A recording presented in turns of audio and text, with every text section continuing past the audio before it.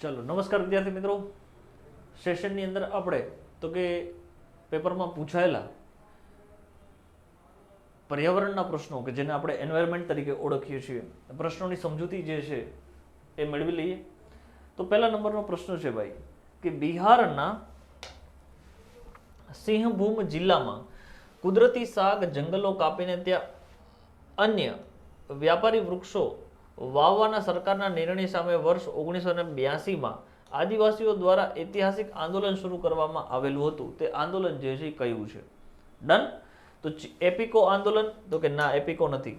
જંગલ બચાવ આંદોલન તો કે હા, જંગલ બચાવ આંદોલન છે। ચિપકો આંદોલન નથી, બરાબર છે। અને નવદન્ય આંદોલન પણ નથી। અહીંયા જવાબ જે છે શું આવશે? જંગલ બચાવ આંદોલન, બરાબર છે। બિહારના સિંહભૂમ ખાતે થયેલું છે। જરાક આપણે એની સમજૂતી જે છે એ મેળવીએ તો શું કહે છે કે આદિવાસીનું જીવન જે છે એ આપણને ખ્યાલ છે કે ભાઈ કોના ઉપર આધાર રાખે છે?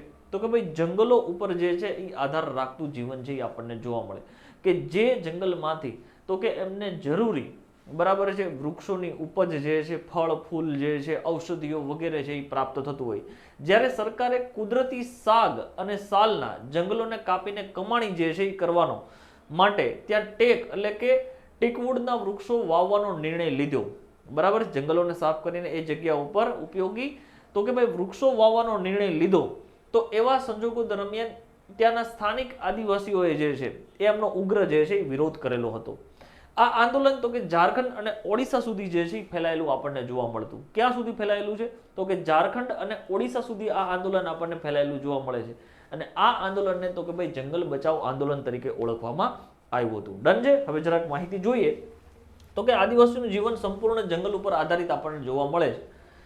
જ્યારે તો કે સરકારે કુદરતી સાગ અને સાલના જંગલોને કાપીને કમાણી કરવા માટે થઈને ત્યાં ટીકવુડ નામના વૃક્ષો વાવવાનો નિર્ણય લીધો ત્યારે તો કે સ્થાનિક આદિવાસીઓએ તેમનો ઉગ્ર વિરોધ કર્યો। અને મુખ્ય રૂપથી આ આંદોલન ક્યાં સુધી ફેલાયેલું હતું? તો કે ભાઈ ઝારખંડ અને ઓડિશા સુધી જે છે એ આંદોલન ફેલાયેલું હતું। તેને તો કે ભાઈ જંગલ બચાવ આંદોલન તરીકે ઓળખવામાં આવે છે। ડન છે। તો અહીંયા આપણો આન્સર આવી ગયો છે। બીજા નંબરનો પ્રશ્ન જોઈએ, ભારતના મહાનગરોમાં હવાની ગુણવત્તાની તાત્કાલિક માહિતી આપતી સફર સિસ્ટમ જે છે એ કયા કેન્દ્રીય મંત્રાલયની પહેલ છે? બરાબર છે। પર્યાવરણ અને વન મંત્રાલય તો કે ના। પૃથ્વી વિજ્ઞાન મંત્રાલય તો કે હા। વિજ્ઞાન અને ટેકનોલોજી મંત્રાલયની પણ નથી અને આરોગ્ય અને પરિવાર કલ્યાણ મંત્રાલયની પણ નથી, બરાબર। કોની છે? પૃથ્વી અને વિજ્ઞાન મંત્રાલયની આ પહેલ જે છે એ માનવામાં આવે છે। ચલો સમજૂતી જરાક જોઈએ। હવામાનની સચોટ આગાહી અને વાતાવરણના પ્રદૂષકોનો અભ્યાસ કરવાની જવાબદારી પૃથ્વી અને વિજ્ઞાન મંત્રાલયની હોવાથી તેમણે નાગરિકો માટે અત્યાધુનિક ડિજિટલ સિસ્ટમ જે છે એ વિકસાવેલી છે, બરાબર। ચલો હવે તમને પૂછે કે હવામાન ખાતાની કચેરી જે છે એ ક્યાં આવેલી છે? હવામાન ખાતાની કચેરી જે છે એ ક્યાં આવેલી છે? તો કે ભાઈ નવી દિલ્હી ખાતે જે છે એ આપણને જોવા મળે છે। કઈ જગ્યાએ જોવા મળે છે? નવી દિલ્હી ખાતે જે છે એ જોવા મળે છે કે જે હવામાં રહેલા, બરાબર, પ્રદૂષકો જે છે એની પણ સચોટ માહિતી આપે છે, જેને આપણે, બરાબર, એર ક્વોલિટી ઇન્ડેક્સ, બરાબર, AQI જે છે એ દર્શાવવામાં આવે છે। એર ક્વોલિટી ઇન્ડેક્સ AQI, બરાબર। ચલો ભારતનો એકમાત્ર એવો રાષ્ટ્રીય ઉદ્યાન કયો છે જેને યુનેસ્કો દ્વારા કુદરતી અને સાંસ્કૃતિક બંને શ્રેણીની અંદર મિશ્ર વર્લ્ડ હેરિટેજ સાઇટનો દરજ્જો જે છે એ આપવામાં આવેલો છે? કાજીરંગા છે, નંદાદેવી છે, બરાબર, કાચનજંગા છે કે સુંદરવન આપણને જોવા મળે। તો અહીં આપણને ખ્યાલ છે કે ભાઈ કાચનજંગા જે છે કે જેને તો કે ભાઈ મિશ્ર વર્લ્ડ હેરિટેજ સાઇટનો દરજ્જો જે છે એ આપવામાં આવેલો છે। યુનેસ્કો દ્વારા કુદરતી અને સાંસ્કૃતિક બંને શ્રેણીની અંદર એને સ્થાન આપવામાં આવેલું હોય તો એ જે છે કાચનજંગા ક્યાં આવેલો છે? તો કે સિક્કિમમાં। ક્યાં જોવા મળે છે? તો કે ભાઈ સિક્કિમ ખાતે જે છે એ આપણને જોવા મળે છે। સિક્કિમ રાજ્યમાં આવેલા કાચનજંગા રાષ્ટ્રીય ઉદ્યાન હિમાલયની અત્યંત દુર્લભ વનસ્પતિઓ, બરાબર, અને સ્નો લેપર્ડ, બરાબર, બરફની અંદર જે આપણને લેપર્ડનો વસવાટ જોવા મળે એને કહીએ છીએ સ્નો લેપર્ડ, તો કે ધરાવે છે। તેથી તે કુદરતી વારસો છે એ બની જાય।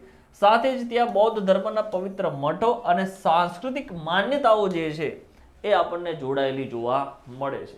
આથી વર્ષ 2016માં યુનેસ્કો દ્વારા તેને ભારતની એકમાત્ર મિક્સ અથવા તો મિશ્રિત વર્લ્ડ હેરિટેજ સાઇટની અંદર દરજ્જો જે છે એ આપવામાં આવેલો છે।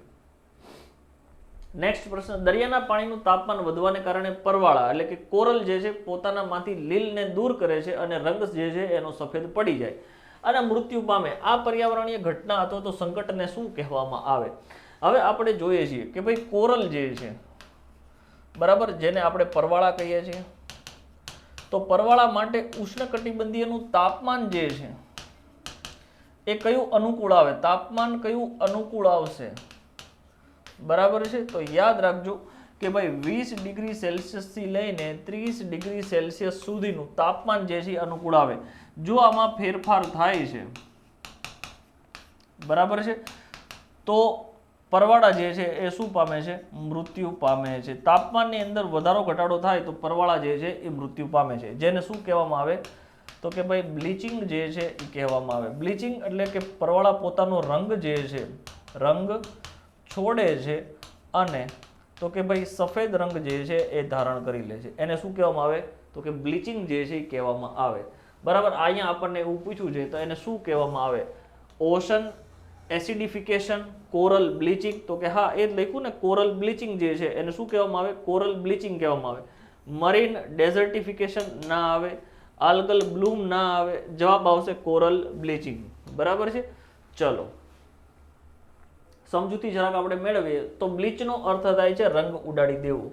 બરાબર છે, આપણને ખ્યાલ છે ભાઈ આપણે તો કે ઘરની અંદર બરાબર કોઈ સફેદ રંગનું કાપડ હોય બરાબર છે, તો એના ઉપર કોઈ ડાઘ લાગી ગયો તો એને બ્લીચ કરી દઈએ, કે જે વધારાનો કલર લાગેલો છે તો એનો રંગ જે છે એ છોડી દે, એને આપણે શું કહીએ છીએ? બ્લીચ. તો એવી જ રીતે પરવાળા જે છે બરાબર, તાપમાનની અંદર વધારો ઘટાડો જ્યારે નોંધાય 20 થી લઈને 30 ડિગ્રીની અંદર એ પોતે પોતાનું જીવન પસાર કરવા માટે ટેવાયેલા છે. બરાબર, આ તાપમાનની અંદર વધારો ઘટાડો થવાને કારણે તો કે પરવાળાનું મૃત્યુ જે છે નિશ્ચિત છે, કે જે પોતાનો રંગ જે છે ગ્રીન કલર જે છે લીલ લાગેલી છે એને છોડી દે છે અને સફેદ રંગ ધારણ કરે તો એને આપણે કહીએ છીએ બ્લીચિંગ, કોરલ બ્લીચિંગ. કોરલ બ્લીચિંગનો અર્થ થાય પરવાળાનું મૃત્યુ થવું.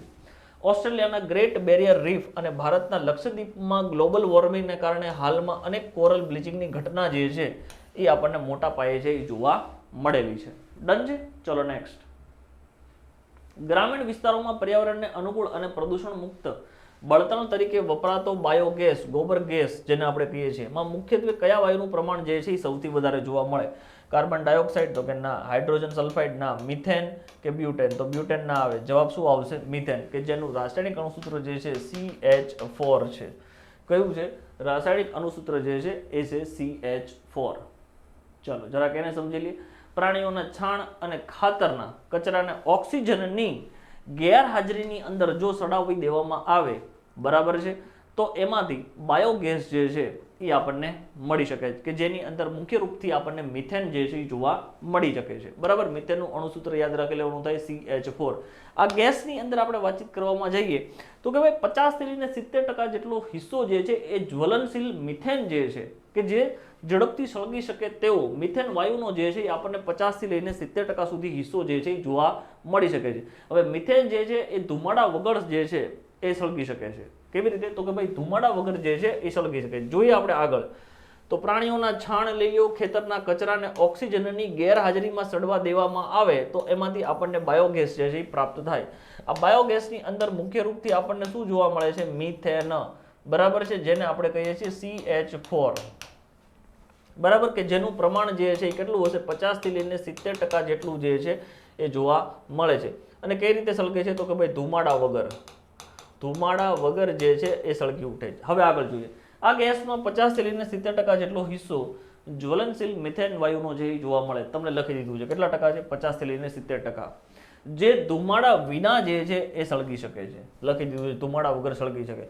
અને લાકડા કાપતા અટકાવી જંગલને બચાવે છે. બરાબર છે, ચલો આગળ વાત કરીએ. ગુજરાતના 4 અગત્યના રાષ્ટ્રીય ઉદ્યાનો અને તેમના સ્થાનને દર્શાવતા 4 જોડકા જાણે લો. મતલબ કે અહીંયા આપણને જોડો એવું પૂછેલું છે. દેખીતી રીતે આપણે જોવા જઈએ તો બ્લેકબક છે, વાસદા છે, ગીર છે અને મરીન છે.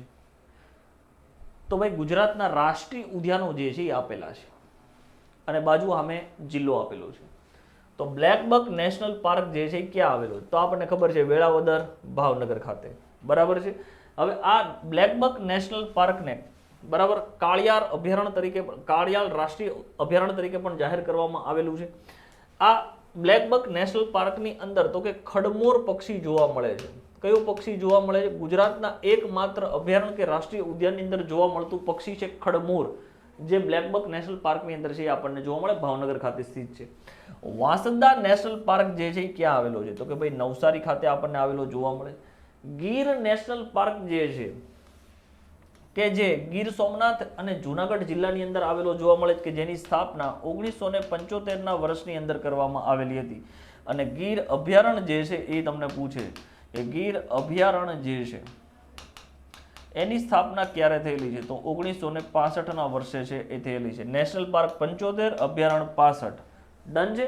મરીન નેશનલ પાર્ક જે છે 1982ની અંદર એની સ્થાપના કરવામાં આવેલી છે અને ક્યાં આવેલું છે? જામનગર અને દેવભૂમિ દ્વારકા ખાતે આપણને જોવા મળી શકે. તો મતલબ હવે જોઈએ આપણે કે બ્લેકબક નેશનલ પહેલાની સામે જે છે એ આર આવે છે, તો પહેલાની સામે એસ છે, નહીં આવે. પહેલાની સામે આર છે, પહેલાની સામે આર છે, પહેલાની સામે પી છે, નહીં આવે. એટલે એ નહીં આવે અને ડી નહીં આવે.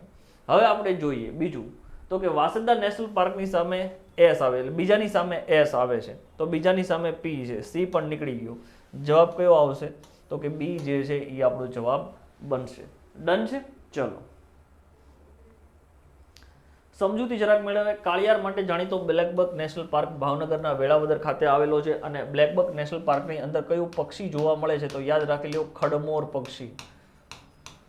બરાબર છે. કયું પક્ષી જોવા મળે છે? ખડમોર નામનું પક્ષી જે છે એ આપણને જોવા મળે. દીપડા અને ગીચ જંગલો માટે પ્રખ્યાત વાંસદા નેશનલ પાર્ક નવસારી જિલ્લામાં આવેલું છે. એશિયાટિક સિંહોનું ઘર તો કે ગીર રાષ્ટ્રીય ઉદ્યાન જે છે એ આપણે ગણાવી શકીએ, જુનાગઢ અને ગીર સોમનાથ જિલ્લામાં આવેલું છે. આ ગીર નેશનલ પાર્ક જે છે, બરાબર છે, નેશનલ પાર્ક જે છે કે જેની સ્થાપના 1975માં કરવામાં આવી અને અભયારણ્ય જે છે એની સ્થાપના જે છે 1965ના વર્ષની અંદર કરવામાં આવેલી છે. જ્યારે દેશનું સૌપ્રથમ દરિયાઈ ઉદ્યાન જે છે, બરાબર છે, મરીન નેશનલ પાર્ક, તો ભાઈ 1982ની અંદર જે છે દેશનો પ્રથમ તો કે મરીન નેશનલ પાર્ક જે છે જાહેર કરવામાં આવ્યો. કચ્છના અખાતની અંદર જામનગર અને ગીર સોમનાથ જિલ્લો જે છે લાગુ પડે છે. ચલો ડન છે. આગળ વાત કરીએ. નેક્સ્ટ પ્રશ્ન, પક્ષીઓ અને દુર્લભ વન્યજીવોના નિવાસસ્થાન માટે પ્રખ્યાત અન્ય રાષ્ટ્રીય ઉદ્યાનો અને તેમના રાજ્યોને દર્શાવતી જોડ જે છે એ તમારે ધ્યાનમાં લેવાની છે. દચીગામ રાષ્ટ્રીય ઉદ્યાન છે, કેવલાદેવ ધાના રાષ્ટ્રીય ઉદ્યાન છે, સાયલેન્ટ વેલી જે છે અને સુંદરવન રાષ્ટ્રીય ઉદ્યાન જે છે. બરાબર છે. ચલો ભાઈ, તો આપણને ખ્યાલ છે કે ભાઈ સુંદરવન રાષ્ટ્રીય ઉદ્યાન જે છે ક્યાં આવેલું છે? તો કે ભાઈ પશ્ચિમ બંગાળમાં. સાયલન્ટ વેલી જે છે ક્યાં છે? તો કે કેરળ ખાતે આવેલું છે. દચીગામ જે છે રાષ્ટ્રીય ઉદ્યાન તો કે જમ્મુ અને કાશ્મીરમાં. કેવલાદેવ ધાના રાષ્ટ્રીય ઉદ્યાન તો કે રાજસ્થાન ખાતે છે, એ આપણને આવેલું જોવા મળે. મતલબ કે પહેલાની સામે ક્યુ તો અહીંયા છે, અહીંયા છે, આ બે માંથી નથી એટલે આ બે નીકળી ગયા. બરાબર, આ બે ઓપ્શનમાંથી હટી ગયા. હવે એ અથવા તો સી જવાબ આવતો હશે. બીજાની અંદર તો કે ભાઈ પી આવતું હોય તો અહીંયા પણ છે, અહીંયા નથી, એટલે જવાબ આપણો થઈ જશે એ. જવાબ શું આવશે? એ. ડન છે. ચલો જરાક સમજૂતીની અંદર આપણને ખ્યાલ જ છે કે ભાઈ શું આપેલું છે. તો જોઈએ, કાશ્મીરી હરણ માટે પ્રખ્યાત દચીગામ જમ્મુ કાશ્મીરમાં આપણને જોવા મળે છે. બરાબર છે.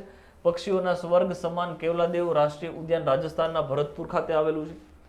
સદાબહાર ગાઢ જંગલો ધરાવતી શાંત, બરાબર, અને ફૂલોની ઘાટી સાયલેન્ટ વેલી જે છે એ આપણને કેરળ રાજ્યની અંદર જોવા મળે છે.